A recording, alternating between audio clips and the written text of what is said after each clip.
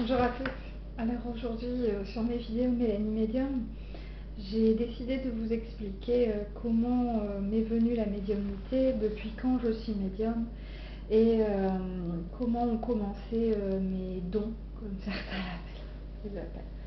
Alors en réalité, je ne suis pas médium ni voyante de naissance. Certains me posent la question et c'est vrai que c'était une question qui était très récurrente cette semaine.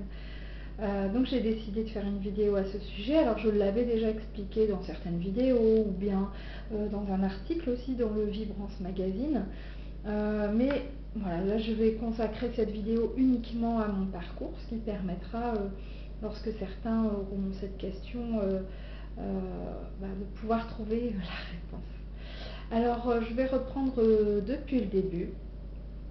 Donc j'ai découvert ma médiumnité et mes capacités de voyance et de ressenti il y a maintenant 5 ans. Alors juste avant ça, enfin pas juste avant, mais enfin avant ça, donc j'ai 35 ans, donc voilà, c'était à l'année de mes 30 ans. J'étais complètement athée. C'est-à-dire que je ne croyais pas en un Dieu.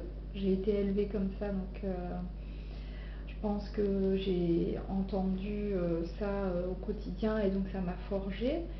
À un moment donné, je me suis tournée enfin, de très loin vers le bouddhisme un petit peu. Je trouvais que leurs préceptes de non-consommation, d'accepter ce que l'on a, etc., ça répondait un petit peu à ce que je vivais, mais bon, sans grande conviction. Ça c'est pour le côté religieux, et puis après pour le côté ésotérique, alors là, il fallait même pas m'en entendre parler, enfin m'en parler. En fait, d'une part, si on m'en parlait, on parlait des esprits, etc., ça me faisait peur. Je disais non, non, on n'en parle pas, on ne sait jamais s'ils arrivent. Enfin bref, c'était vraiment une crainte chez moi. Je pouvais en avoir les larmes aux yeux, etc., la chair de poule. Enfin, j'avais vraiment une crainte de ça.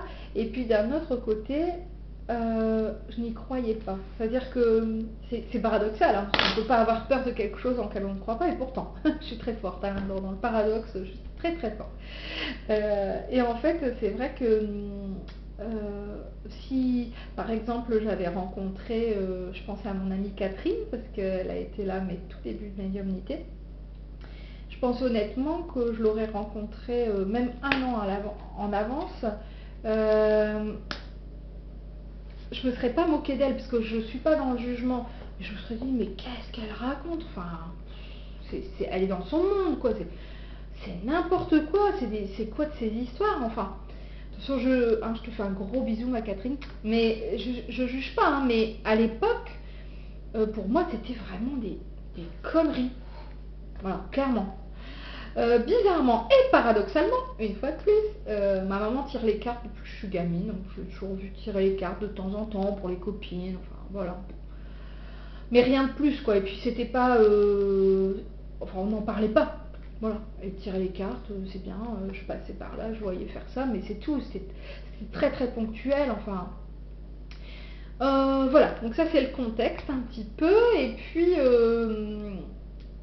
donc lorsque j'ai eu 30 ans, enfin bref, nous venions d'acheter une maison, nous l'avions achetée en début d'année, donc je vais resituer en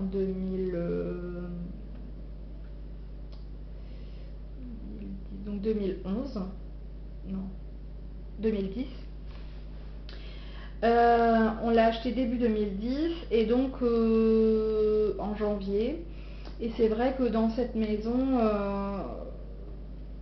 bon, moi aussi j'entendais des bruits, mais c'est une vieille maison avec des escaliers, des vieux escaliers en bois qui grincent, etc.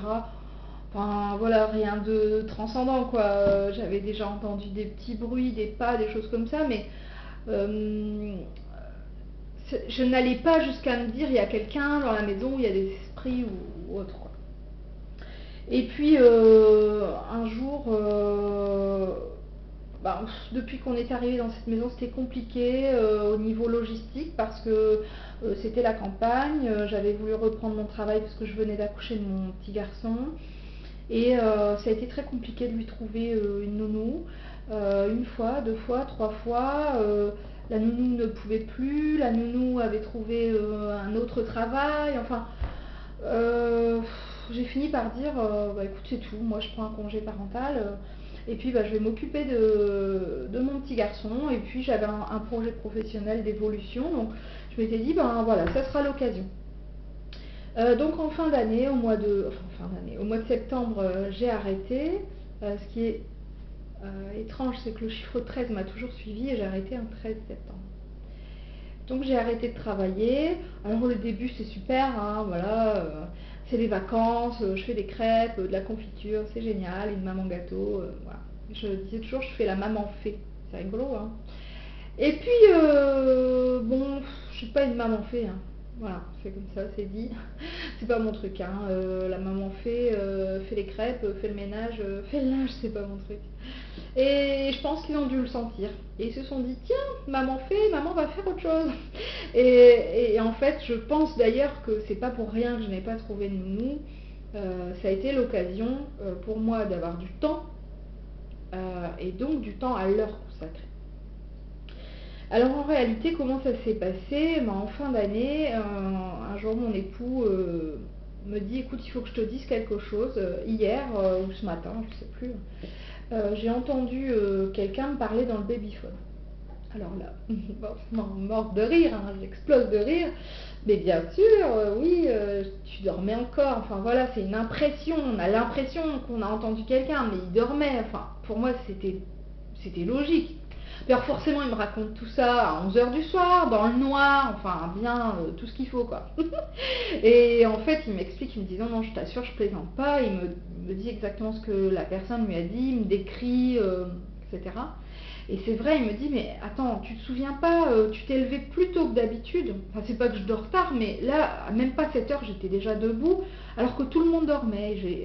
C'était pas dans mon habitude, je me levais bien 1 h, 1 h 30 plus tard. C'était un dimanche, donc il n'y avait pas lieu de se lever tôt, quoi. J'étais déjà levée, et en fait, j'ai entendu mon fils hurler d'un seul coup. Donc, mais j'ai entendu mon mari se lever pour aller le chercher. Donc voilà, je me suis dit, ben, il a peut-être eu peur ou de quelque chose, ou on ne l'a pas entendu pleurer, il s'est mis à pleurer. Et il me dit ça, il me dit, mais t'as pas entendu le petit qui s'est mis à hurler juste au moment où le babyphone s'est enclenché pour me dire ça. Alors là, c'est vrai que ça a commencé à me poser question. Je me suis dit, mince, c'est quand même bizarre. Et donc, il me dit, cette personne lui aurait dit, alors texto, je ne suis pas de ce monde, je ne vous veux aucun mal. Alors c'est vrai que honnêtement, il me dit, je l'ai entendu clairement, c'était une voix d'homme, plutôt jeune, etc. Je dis, mais attends, qu'est-ce que tu me racontes? Enfin, c'est grave quand même. Et puis il me raconte d'autres choses. Il me dit, écoute, ça fait quelques jours déjà que je vois le rideau de la chambre qui bouge. Euh, bon, et l'été même, on avait eu une drôle d'expérience avec une impression de bourrasque de vent dehors. Hein, c'était au mois d'août, donc je me suis dit, bah tiens, il y a une tempête, un orage qui se lève. Donc j'avais ouvert la fenêtre quand même pour voir ce qu'il en était, et il n'y avait rien. Et mon époux aussi l'a entendu. Alors, bon, j'ai recollé un petit peu les morceaux, et puis le lendemain, comme maman fait n'avait rien à faire, et ben maman fait, pendant la sieste du bébé, est allée un petit peu farfouiller sur internet. Et alors je suis tombée, je cherchais, voilà, bourrasque de vent, bruit de pas, etc. Enfin bon, ce qu'on peut chercher sur internet. Et puis en fait, je suis tombée sur un forum en fait, hein, sur Doctissimo. Donc c'était un forum paranormal, je crois, quelque chose comme ça. Bon, qui répondait pas tout à fait à ma question. Enfin, et du coup, j'ai lu un petit peu les articles qu'il pouvait y avoir. Et donc sur ce forum, certaines personnes laissaient des photos de personnes défuntes ou de lieux, ou demandaient des ressentis des médiums présents sur le forum. Et puis d'autres personnes laissaient des photos d'eux-mêmes et puis demandaient des ressentis, voilà, enfin, si on veut presque de la voyance pour elles-mêmes. Et en fait, à chaque fois que je faisais défiler comme ça la page, à chaque image que je croisais, qui croisait mon regard, j'avais des images en tête, des mots, des choses qui me venaient, assez rapidement, assez brusquement. Et je me suis dit, bon, une fois, deux fois, trois fois, quatre fois, à la cinquième image, je disais quand même bizarre, hein, je vais aller lire ce que les médiums disent. Et en fait, en allant lire ce qui était écrit, je retrouvais ce que moi j'avais pensé, imaginé, enfin ressenti. Alors là, ça m'a vraiment intriguée. Donc cartésienne, je me suis dit, bah, mon cerveau a dû lire sans que je m'en rende compte les commentaires qui étaient en dessous, etc. Enfin, j'essayais de trouver une réponse. Et puis je me suis quand même prêtée au jeu. Mon mari est au travail, j'avais vraiment du temps libre. J'ai essayé de moi-même finalement d'aller décrypter ces images et ensuite de vérifier si ce que disaient les médiums, ça se recoupait avec ce que moi je ressentais. Et c'était le cas. Alors là, j'étais entre excitation, panique, stress, pourquoi, comment c'est possible, enfin, toute une batterie de questions comme ça. Et alors le soir, il fallait absolument que j'en parle avec mon mari. Enfin, c'était vraiment, c'était vraiment questionnant pour moi. Et puis d'autres phénomènes ont commencé à se produire dans la maison, des ressentis. On se sentait pas bien, enfin, on avait l'impression qu'il y avait quelqu'un dans la pièce. J'allais faire pipi en courant.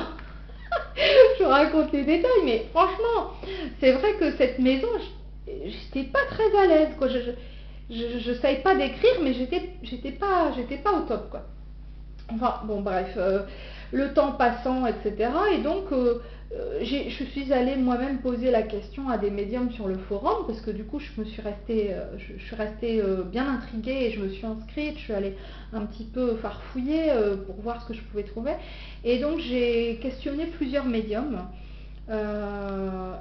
en leur demandant, via ma photo, de vérifier si elles pensaient que j'avais en effet des capacités, si elles pensaient qu'il y avait des personnes dans la maison, etc. Et plusieurs personnes qui ne se connaissaient pas et qui n'avaient pas connaissance de ma demande, enfin du fait que j'avais demandé à plusieurs médias, m'ont dit à peu près des choses similaires. Et puis j'ai été très très marquée par l'une des médiums qui m'a décrite très très bien mon arrière-grand-mère, qui visiblement se situait dans un coin de la pièce, et c'est vrai que j'avais vraiment cette sensation-là. Et puis l'un de mes amis, mon meilleur ami, qui était décédé très très jeune, d'un accident de voiture dans des conditions très particulières, et elle avait su me décrire justement comment il était physiquement, enfin voilà. Donc j'ai été très touchée parce que je me suis dit, bon, si elle arrive à les décrire, et elle m'a expliqué qu'ils étaient là pour moi. Alors je lui dis, mais ils sont là pour moi, d'accord, mais pour faire quoi? Enfin, qu'est-ce qu'on attend de moi? C'est toujours ça la question finalement. Mais qu'est-ce qu'on attend de moi? Pourquoi moi? Qu'est-ce que je fais qu'est-ce que je fais là? Qu'est-ce que je suis censée faire de tout ça, de tout ce que je peux entendre? Et donc cette dame m'a dit, bah, mettez-vous en test, voilà. Testez vos capacités, proposez vos capacités, et puis vous verrez bien si vous avez des réponses, des demandes, des gens qui ont envie d'apprendre des choses, ou que vous rentriez en contact. Donc, j'ai décidé sur ce forum de me mettre donc en test. Alors en test, ça signifie que l'on propose ces services de manière gratuite, hein. Alors moi j'ai un petit peu poussé le test parce que non seulement je proposais ça en voyance et en médiumnité, alors je disais ce que je ressentais, ce que je voyais sur les photos, mais je continuais un petit peu à douter. Donc cartésienne, j'avais décidé de créer en fait un fichier Excel où je notais toutes mes bonnes réponses, moins bonnes réponses, les réponses où les gens n'avaient pas encore la réponse, puisque parfois j'allais dans de la voyance, donc c'était pas des choses qui n'étaient pas encore arrivées. Et je comptabilisais tout, parce que j'avais ce besoin d'y croire et de me faire confiance et de me dire, ben oui, en fait, c'est pas un hasard, quoi, c'est pas une bonne réponse sur deux. Et en fait, au bout de, je sais plus, au moins plus de 200, entre 200 et 300 contacts médiumniques ou de voyance, j'ai fait un petit peu le point, et j'étais entre 80 et 90% de bonnes réponses. Ce qui est énorme, Bon, alors après, c'est pas du tout une comptabilité scientifique, il n'y a pas, voilà, mais c'est vrai que dans le domaine de l'ésotérique, de la médiumnité, c'est assez élevé. Enfin, c'est ce que j'ai su par la suite en fait. Parce que pour moi, ça me semblait, oh oui, bon, d'accord, enfin voilà, ok, bon, je suis pas trop mauvaise quoi. Et après, on m'a dit que c'était quelque chose qui était, c'était, c'était des résultats qui étaient assez probants. Bon, bah, tant mieux. Hein. Euh, donc voilà, ça a commencé un petit peu comme ça. Alors en réalité, bon, sur la totalité du test, je suis restée un peu plus d'1 an en test, hein, gratuitement sur Internet. Et puis bah, après j'ai repris une activité professionnelle autre et donc j'avais beaucoup moins de temps pour ça, donc c'était de temps en temps ou pour les amis, la famille, enfin. Et puis donc ça c'est pour la période de test. Alors pendant cette période sont arrivées d'autres choses hein, en réalité. Et puis bah, je commençais vraiment à prendre confiance en moi. Et puis j'avais trouvé sur ce forum que je suivais une association dans le Nord-Pas-de-Calais qui travaillait, on va dire, en tant que chasseur de fantômes, enfin si on peut dire comme ça, mais voilà, leur travail c'était bah, d'aller prêter main forte un petit peu, et puis d'aller vérifier dans certains lieux les personnes qui pouvaient avoir des sentiments de hantise, hein, ce qu'on appelle hantise, c'est-à-dire qui avaient l'impression d'avoir des phénomènes inexpliqués dans leur logement. Eux allaient vérifier et éventuellement travailler sur le logement pour pouvoir l'assainir. Et donc ils avaient besoin d'un consultant qui puisse les épauler en fait dans tout ce qui était la communication avec ces familles, parce que c'est vrai que parfois ben, on se retrouve, et moi je l'ai vécu, donc je sais vraiment ce que c'est, dans des situations où on a peur d'être chez soi, et après le moindre bruit devient traumatisant. Je me souviens même d'une famille qui avait complètement quitté son logement, était partie à l'hôtel, tellement elle était terrorifiée, enfin terrorifiée, j'invente des mots, terrorisée, donc ils avaient besoin voilà, de quelqu'un. Alors c'est vrai que moi ma formation initiale étant dans la relation d'aide et la communication, j'étais vraiment voilà, bien disposée à pouvoir les aider en ce sens. Donc je leur ai proposé mon aide, ils m'ont dit bah écoutez à ce moment-là on va se regrouper lors d'une réunion et puis on pourra vous présenter, etc., présenter ce que vous ferez. Et donc lorsque je suis allée à cette réunion, euh, bon, toute l'équipe était là, c'était sympathique, il y avait les conjoints, les enfants, enfin voilà, c'était une ambiance très conviviale. Euh, mais je ne m'y sentais pas tout à fait à l'aise, enfin comme si j'étais là, mais l'impression que je n'aurais pas dû y être. Je n'étais pas à ma place en fait. Mais bon, sans trop savoir ce qu'il en était. Et c'est vrai que bon, ils m'ont montré des comptes rendus, des choses, des photos où ils voulaient un petit peu mon avis et où je ressentais clairement certaines présences qui m'ont été confirmées ensuite par les enquêteurs. Et par le médium de l'équipe, parce qu'il y avait un médium dans l'équipe. Bon, bref.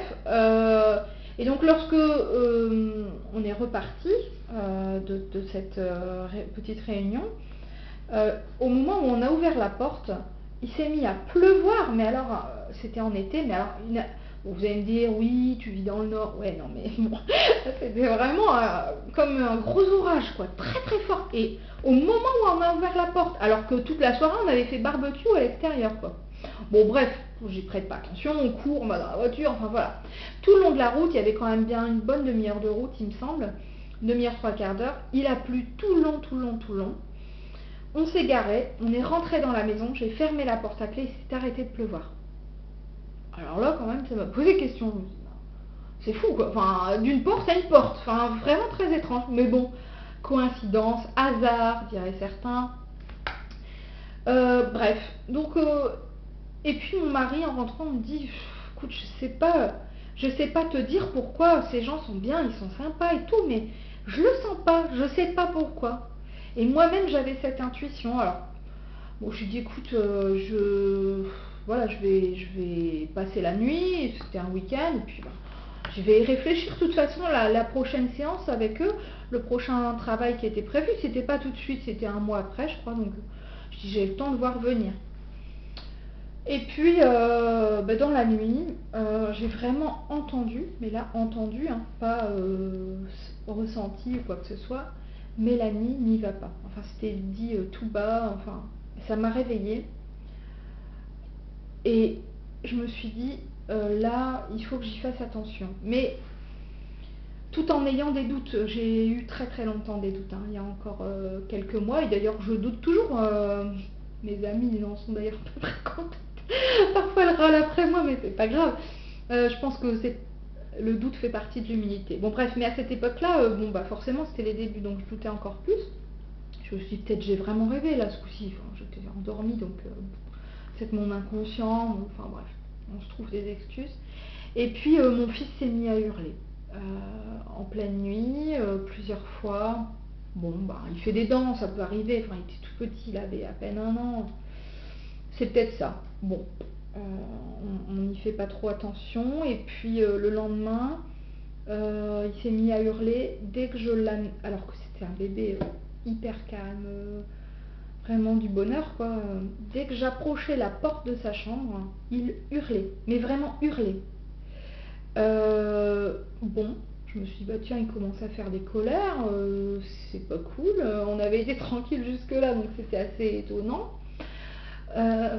Et puis, un jour, 2 jours, 3 jours, 4 jours, je dis non, là c'est pas possible, hein. Il était nickel dans la maison, franchement super quoi. Dès que je l'apportais la porte de sa chambre, dès qu'on approchait, c'était vraiment des hurlements, il ne voulait pas y aller. Et plus d'une fois, on avait remarqué que ça sentait le tabac dans sa chambre. Alors je dis à mon mari d'arrêter de fumer dans la maison. Il me dit c'est pas possible, sa porte est fermée, ses fenêtres sont fermées. Enfin c'est incroyable, ça ne sent que dans sa chambre. Comment c'est possible? Donc on s'est dit il y a peut-être une présence. Enfin bref, tout ça mêlé. J'ai appelé l'association. Enfin je les ai même pas appelés. Je crois que j'ai laissé un message. Je leur dis écoutez, il y a quelque chose qui se passe, il faut pas que je vienne. Il faut pas que je vienne, peut-être je suis pas prête, c'est pas ma place, je peux plus travailler avec vous. Donc c'est tout, j'ai voulu prendre un petit peu de recul parce que j'ai commencé à avoir peur. Et puis j'ai voulu faire venir Catherine, la maman d'une de mes amies, que je savais médium, et je lui dis écoute, j'ai besoin de ton aide. Je sais que tu n'habites pas tout à côté, mais j'ai vraiment besoin de ton aide, il y a quelque chose dans la maison. Je sais plus le gérer, je sais pas comment faire, et ça commence à prendre de l'ampleur et ça me fait peur. Donc elle est venue à la maison, on a fait le tour de la maison. Alors je vous dis même pas les souvenirs qu'elle m'a laissés, parce qu'elle dit ah tiens, là je vois plein de sang dans ta salle de bain. Ah, je suis pas bien, moi je peux pas faire pipi ici.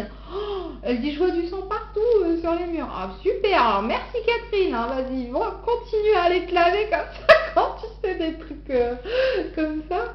Et voilà, et c'est vrai que dans la pièce elle me dit ah là je pense qu'il y a quelqu'un qui est décédé là, enfin bref.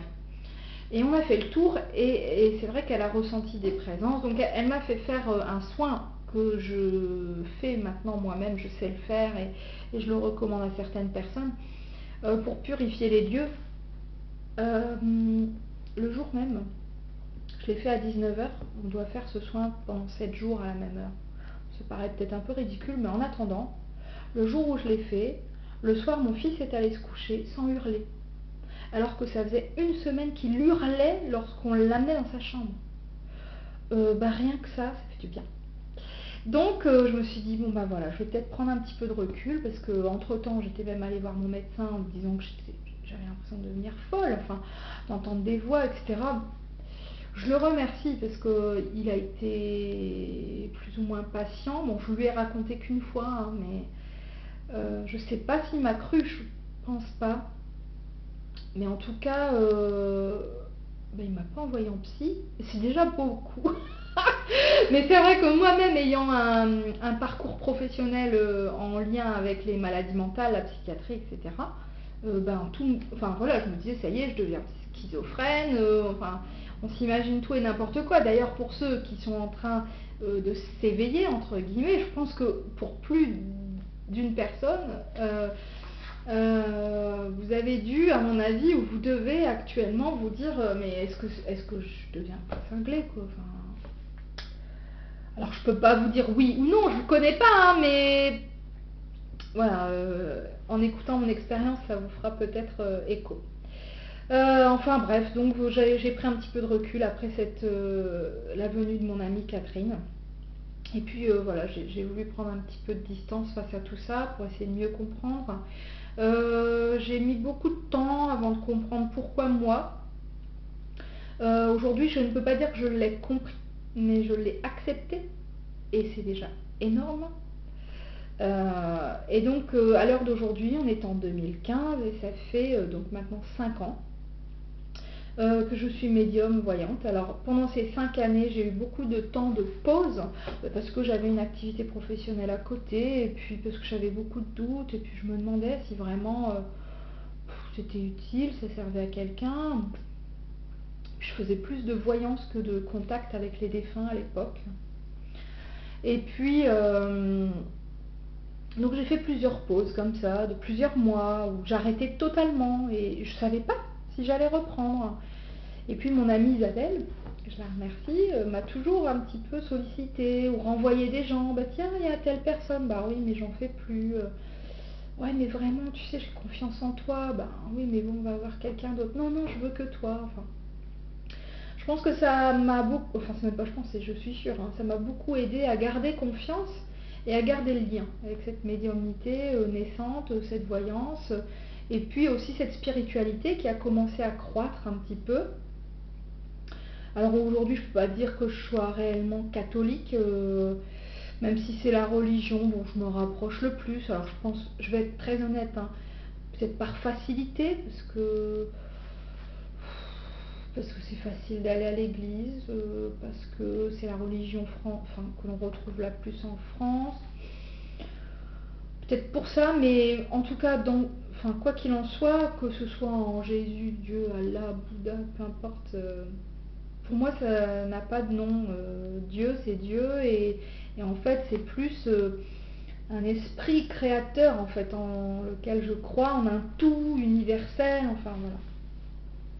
Et c'est vrai que depuis ces 5 ans, là j'ai repris de manière beaucoup plus forte depuis le début d'année 2015. Hein.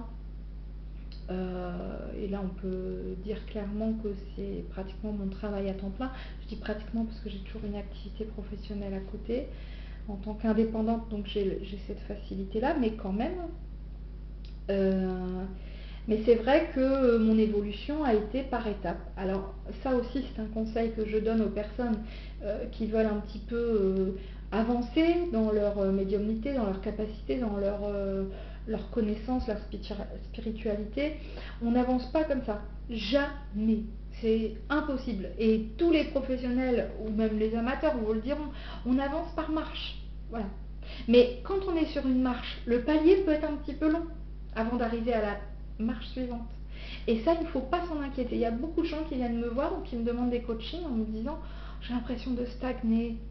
Alors c'est vrai que des fois le coaching ça va redonner un petit coup de peps, je vais donner quelques conseils et pop, souvent les gens me rappellent la semaine d'après ou m'envoient un petit message en me disant oh, super, j'ai vachement avancé, j'en avais besoin, bah tant mieux.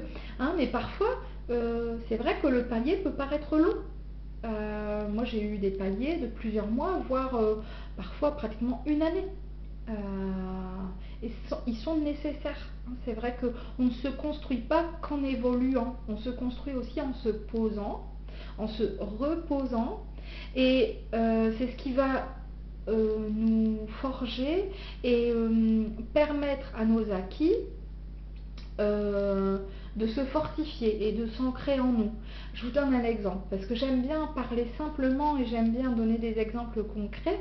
L'autre jour, je donnais cet exemple-là à quelqu'un. Je disais, bon, vous voyez, c'est l'exemple de mon petit garçon, il a 5 ans, il a appris à faire de la bicyclette avec les 2 petites roulettes derrière, donc à 4 roues, hein, on va dire. Il sait super bien en faire. Il s'éclate, il va à toute vitesse avec son petit vélo à 4 roues. Bon, vous lui mettez ça, il y arrive. Vous n'allez pas, enfin, c'est logique, vous n'essayerez même pas. Vous n'allez pas lui retirer les petites roulettes le jour même. Vous lui mettez le vélo dans les mains le samedi matin, à 14h, vous n'allez pas dire, bah tiens, tu sais faire du vélo avec les petites roulettes, bah maintenant je te les retire. Bah non, ça vous viendrait même pas à l'idée. Vous allez le laisser un petit peu, quelques semaines, quelques mois, voire 1 an, 2 ans, et seulement après vous direz tiens, là je le sens prêt, je pense qu'il est en capacité de pouvoir retirer 1 ou 2 petites roulettes pour pouvoir essayer de garder l'équilibre et rouler avec ces 2 roues. Donc il vous aura fallu, et lui aura fallu, un petit temps d'adaptation, et puis surtout un temps pour pouvoir s'approprier ce vélo, pour pouvoir s'approprier cette technique et l'avoir complètement ancrée en lui, pour ensuite passer à autre chose. Et lorsque vous lui retirez 1 ou 2 roulettes, il va lui falloir à nouveau du temps pour trouver son équilibre, son rythme, etc. avant que vraiment il n'arrive à rouler tout seul avec ses 2 roues. Ben c'est pareil, c'est exactement la même chose. Et c'est vrai que souvent j'ai cette question actuellement, c'est comment est-ce que vous avez évolué dans la médiumnité? Comment vous avez réussi à avancer? Alors la réponse, elle n'est pas si simple, et pourtant elle n'est pas non plus perchée de manière ésotérique ou spirituelle. Alors déjà pour moi la première chose, pour avancer, il faut lire. Alors c'est peut-être dans mon éducation, c'est comme ça, mais je trouve qu'en lisant, alors c'est pas forcément acheter des bouquins, mais ça peut être lire sur internet, des articles, des blogs, des choses comme ça, des magazines tout simplement.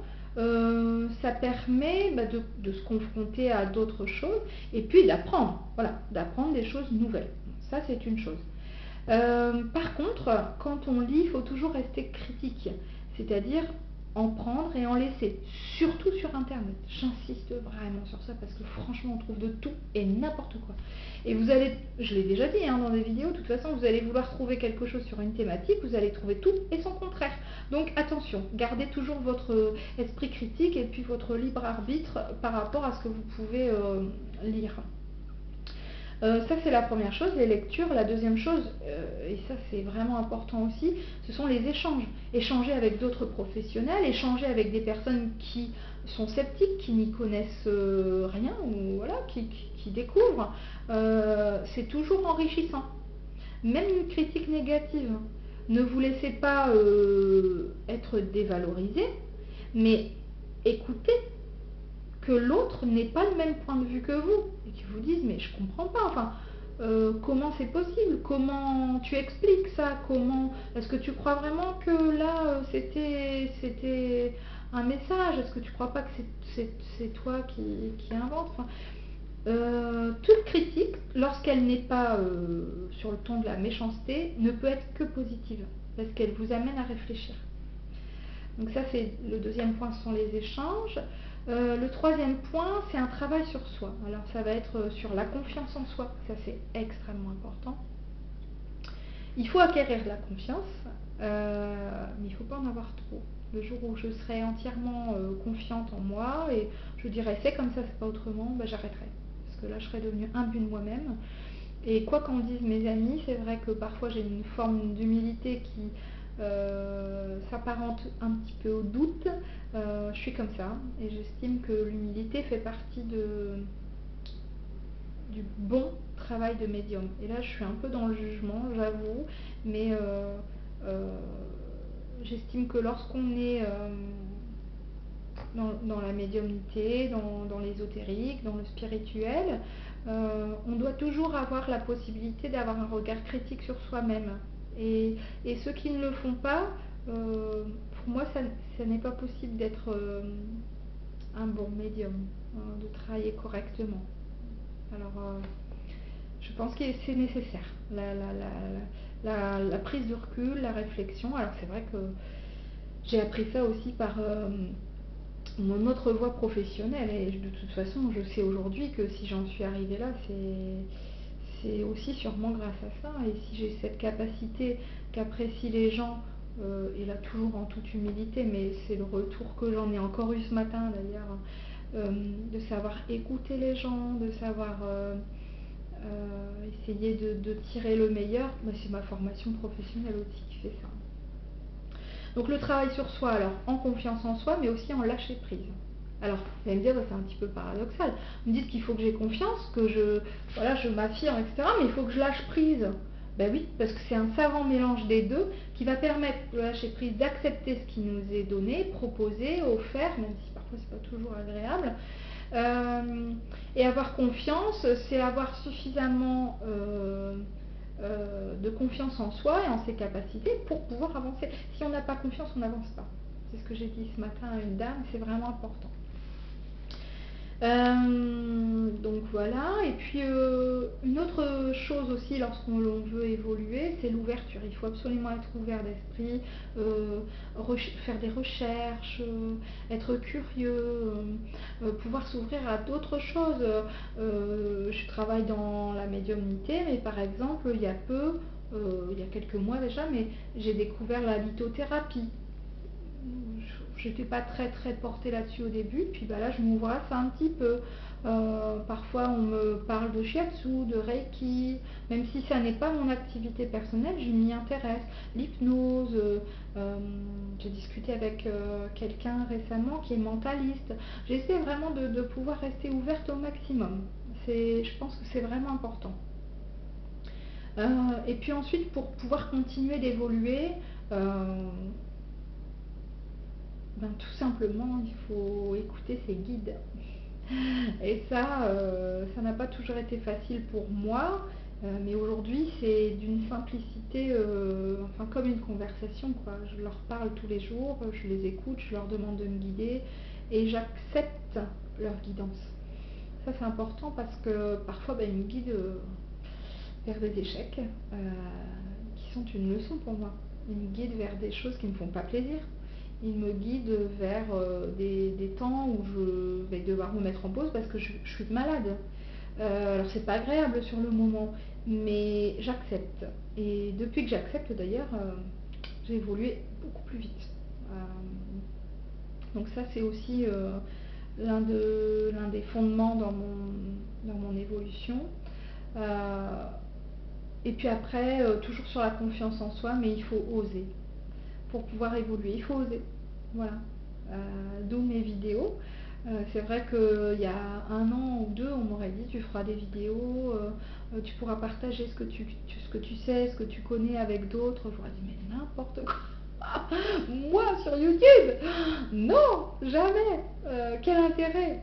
Et puis, alors que je le partage, enfin voilà, je prône ça depuis que je suis toute petite, mais j'avais pas envisagé ça comme ça.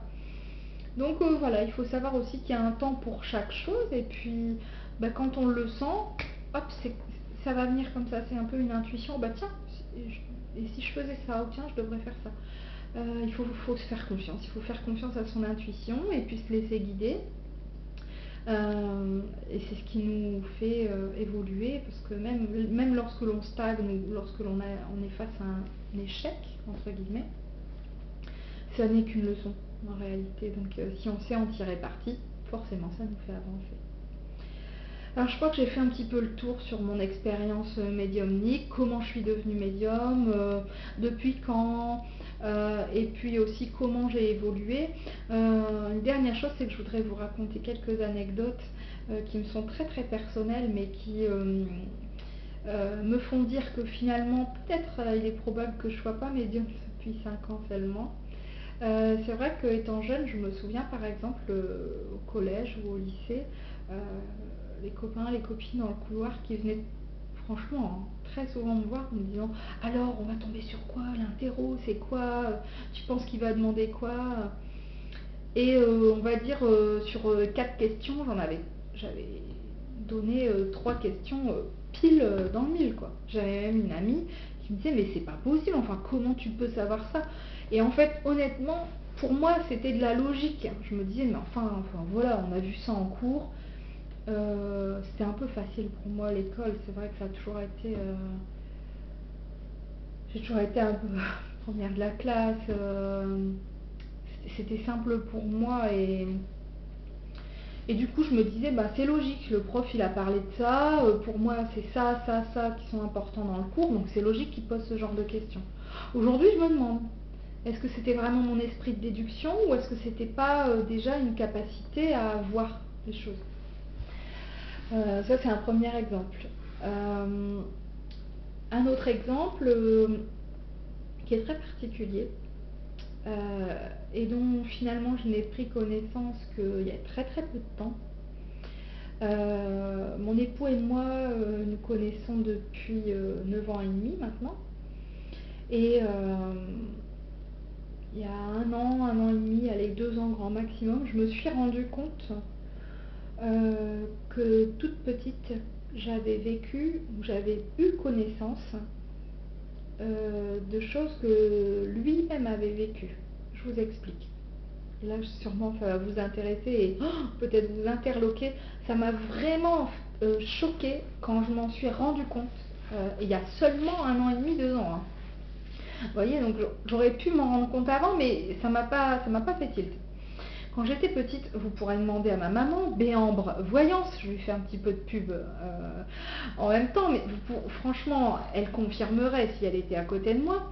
Toute petite, vers l'âge de 7 ans, je disais à ma mère que j'avais très peur des bergers allemands. D'ailleurs, aujourd'hui encore, je ne suis pas très à l'aise avec ces chiens, et les chiens en général. Je disais que j'avais été mordue par un berger allemand. Et je le voyais, enfin je voyais la scène, je lui disais mais si, j'ai été mordue, il y avait une table ronde, on était, je ne savais pas où lui dire, je savais que c'était pas avec elle, je savais que c'était dans un appartement, enfin dans une cuisine. J'avais vraiment, je voyais la nappe tout autour de la table ronde, etc. Enfin j'y étais. Et je lui dis, mais si, j'ai été mordue. Et elle me dit, regarde bien, tu vois bien, tu n'as aucune trace. Donc tu n'as pas été mordue. Sûrement tu as rêvé.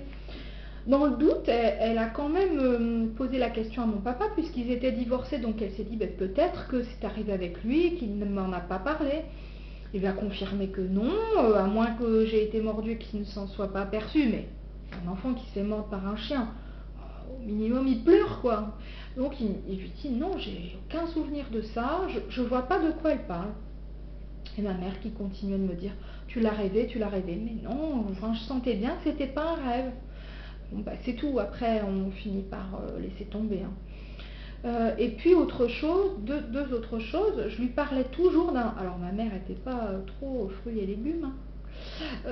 Bon, les mandarines, les clémentines, tout ça, bon, les pommes, enfin des fruits comme ça, mais par exemple, là je lui disais, mais c'est un gros fruit, c'est un goût, je sais le goût, je l'ai dans ma bouche, mais je sais pas le nom, je lui disais, je sais pas ce que c'est comme fruit et je sais pas le décrire, enfin. Et en fait, il s'agissait d'une pastèque et on n'en mangeait jamais chez ma mère. Et donc, je lui certifiais que j'en avais mangé. Et elle me disait, mais non. Bon, pareil, elle demandait à mon père. Non, ça lui disait rien, une pastèque. Je me rappelle qu'on habite dans le Nord, la pastèque, il faut vraiment qu'il fasse chaud pour qu'on en mange. Et en fait, bon, pareil, elle me dit, t'as dû le rêver, ou t'as mangé ça chez une copine. Enfin, bon, bref. Et puis, un jour, je lui dis, oh, j'aimerais bien qu'on retourne dans ce parc, un parc, mais si, tu sais, tous les jeux sont rouges, les balançoires, il y avait un genre de bateau comme ça qui se balance. Mais si, enfin vraiment, j'insistais parce qu'en plus ça m'énervait qu'elle s'en souvienne pas et je voulais qu'elle m'emmène dans ce parc. Je sais pas, peut-être j'avais une dizaine d'années, mais je lui disais, mais si, je veux y aller, je vais y retourner. Pareil, elle demande à mon père, aucun souvenir, enfin il n'y a pas de parc comme ça. Je lui disais, mais si, tous les manèges sont rouges, enfin, je comprenais pas qu'ils s'en souviennent pas, et pour moi je l'ai vécu pareil. Elle me dit que j'ai rêvé, bon, enfin, t'as rêvé, je rêve beaucoup, hein. Bref, bon, c'est tout. Et puis un jour, pourtant j'avais connaissance de ça, mon mari s'est fait mordre étant tout petit au visage par un chien. Je le sais depuis qu'on se connaît, enfin il m'avait raconté ça, je sais pas, enfin sûrement dans les premiers mois où on s'est connus. Puis je me suis dit, mais attends, qu'est-ce que tu me racontes là? Il me raconte à un moment donné en détail, c'était cette scène. La table ronde, il était posé sur la table, un paquet de bonbons dans les mains, le chien a voulu prendre les bonbons, il lui a sauté au visage pour attraper les bonbons, il a levé le paquet de bonbons, bref. La table ronde, la nappe, chez les amis, enfin, tout y était quoi. Franchement, c'était assez troublant. Et puis l'histoire de la pastèque, en fait, à chaque fois qu'ils allaient dans ce parc, parce qu'ils allaient très souvent dans un parc avec ses parents où tous les jeux étaient en rouge, à savoir que mon mari et moi n'habitons pas du tout au même endroit. Donc étant jeune, il habitait sur une région, moi sur une autre. Donc je n'avais pas accès à ce parc de jeux. Je n'y étais jamais allée. Et donc à chaque fois qu'ils allaient dans ce parc avec ses parents, ils prenaient une pastèque. Ils mangeaient une pastèque dans ce parc. Alors c'est vrai que mis bout à bout, je me suis dit, mais quand même c'est fou. Enfin, et c'est ce qui, du coup, m'amène à me dire que très probablement on doit être âme sœur ou âme jumelle, pour d'autres raisons aussi, hein, mais ça, ce sera l'objet d'une autre vidéo, pas vous raconter ma vie, mais vous expliquer ce que c'est que les âmes sœurs et les âmes jumelles, parce qu'il y a une différence entre les deux, c'est un petit peu subtil. Bref, et donc tout ça me fait dire que finalement, il est très probable que j'ai eu des capacités bien avant mes 30 ans, mais peut-être qu'elles étaient en suspens, en veille, que je n'avais pas envie, ou que l'on ne m'avait pas élevée suffisamment de manière ouverte pour que j'y ai accès. Et puis, dernière anecdote, je me souviens quand même d'un appartement, ma mère me dit toujours, je comprends même pas pourquoi tu l'adores cet appart. J'adorais vivre dans cet appartement, je n'ai qu'un rêve en tête, c'est de pouvoir y habiter. Alors maintenant c'est tout, j'ai ma maison, j'en suis heureuse, mais j'ai toujours eu ça en tête et j'ai toujours dit un jour je l'achèterai. Bon, peut-être ça arrivera, je ne sais rien, mais j'adorais cet appart, paradoxalement. Hein, dernier petit paradoxe avant la fin de la vidéo, paradoxalement j'y ai eu très peur dans cet appartement et très souvent parce qu'en fait ma soeur et moi dormions dans la même chambre avec des lits superposés, moi en haut elle en bas, et en fait pratiquement tous les soirs j'avais l'impression qu'il y avait un cadavre en fait dans le lit de ma soeur. Alors je sais pas, je savais pas trop dire s'il était posé sur ma soeur ou si ma soeur était morte. Enfin bref, j'avais vraiment ce ressenti de quelqu'un dans la chambre, jusqu'à hurler. Enfin vraiment, une fois, je me souviens, en fait, je me cachais sous la couette et je laissais vraiment juste de quoi respirer. D'ailleurs, je continue à dormir comme ça. En fait, j'ai pris cette habitude-là et je dors comme ça maintenant. Et à un moment donné, j'étais complètement sous la couette tellement j'avais peur. Et je me suis mise à hurler parce que je savais que j'étais en train d'étouffer sous mes couettes. Et je me suis dit, là, si je continue, c'est moi qui vais y rester, quoi. Donc ma mère est venue essayer de me rassurer. Mais non, ta soeur est là, tout va bien. Enfin, mais c'est quand même resté. Alors je pense qu'il y a peut-être, il y avait quelqu'un qui était présent dans la pièce, mais je ne savais pas le verbaliser. Hein, enfin voilà, donc tout ça pour vous raconter que peut-être ma médiumnité ne date pas d'il y a 5 ans, mais d'il y a bien plus longtemps. L'expliquer, je sais pas forcément, c'est pas facile de mettre des mots sur ce que l'on vit, sur ce que l'on ressent. Mais voilà, donc elle est un petit peu longue cette vidéo, je vous ai un peu raconté un petit bout de ma vie, mais je pense que ça répondra à pas mal de personnes qui me posaient cette question. Depuis quand êtes-vous médium? Comment ça vous est venu? Comment est-ce que vous avez évolué? Et comment vous l'avez su? Comment vous l'avez perçu? Voilà, alors j'espère que vous aurez pu un petit peu mieux comprendre comment tout ça m'est arrivé. Aujourd'hui, j'ai la chance de l'accepter avec bonheur et gratitude et je les remercie vraiment d'être toujours près de moi, autour de moi, de m'avoir confié cette mission parce que pour moi, c'est quelque chose qui me tient à cœur et j'essaie de faire du mieux possible. Et puis dans une prochaine vidéo, je vous expliquerai un petit peu comment j'entends, je ressens et je vois les choses, hein, pour que vous compreniez un petit peu comment je travaille et je perçois les choses. Alors une fois encore, je vais vous remercier de me suivre de manière très régulière et puis pour tous vos petits messages. J'ai encore eu un appel tout à l'heure de quelqu'un qui m'a dit oh, j'adore vos vidéos, vraiment je les suis tous les jours. C'est des messages que je reçois pratiquement, oui, voire même plusieurs fois par jour. Et vraiment, ça me touche et je voulais vous en remercier encore. Je vous embrasse de loin, mais du fond du cœur. Et puis, je vous dis à très bientôt pour d'autres vidéos. Vous pourrez retrouver toutes mes vidéos sur ma chaîne YouTube, Mélanie Médium, mais aussi sur ma page Facebook, Mélanie Ducloy, D-U-C-L-O-Y. Mélanie Médium, ou alors en me demandant plus d'informations sur mon adresse mail mélaniemedium@orange.fr. À bientôt!